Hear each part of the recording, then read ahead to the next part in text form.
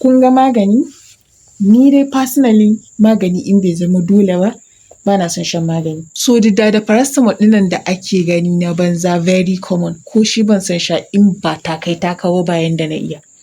Like kawai dai in bai zama dole ba, ni dai I used to avoid magani in bai zama dole ba. In kuma ya zama dole, to zan yi ƙoƙari in ga na sha shi yanda aka ce in sha shi. Da na sha na kwanakin da aka ce kuma shi kenan na gama da shi, na rabu da shi. So mutane I don't even know, magani dole ke sa a sha magani. Like in ka ji ko asibiti ka je in ka ga an ce ga magani ka sha, dole ce ta sa aka rubuta ma wannan magani.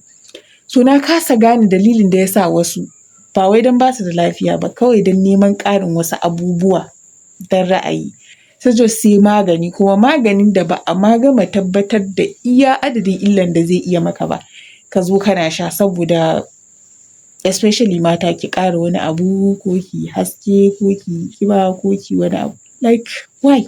Yanzu a ce ban jin daɗi ko maybe kaina yana ciwo ko wani abu, in akwai abin da zan yi wanda zai taimaka min in rage jin wannan ciwon kan da nake ji, wanda ba buƙatar a ce sai na haɗa ƙwayoyi na sha magani, zan je in yi shi saboda kawai kar in sha magani.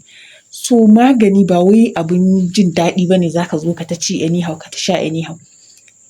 In ya zama dole aka ce ga shi dole sai ka sha, kana buƙatar ka sha saboda ya maka wani aiki dole sai ka sha, tunda ya zame ma dole baka da dabara, sai ka sha yanda aka ce ka sha, ka bi ƙa'ida. In bai zama dole ba, ka yi trying ka avoiding shan magani. To bale uwa uba waɗanda haka kawai zikau don jin daɗi, daɗi ya musu yawa, su zo su sa kuɗinsu su siyo ma kansu ciwo, siyo ma kansu maganin da ba a ma gama tabbatar da iya adadin illan da zai iya haifar ba nan gaba. Wallahi ku kiyaye, kukanka aka ce ya fi banciriya. Ku kiyaye, ku daina shan maganin da bai zame muku dole ba, ku daina ja ma kanku abubuwa, ku daina kira ma kanku ruwa. Allah ya sa mu dace.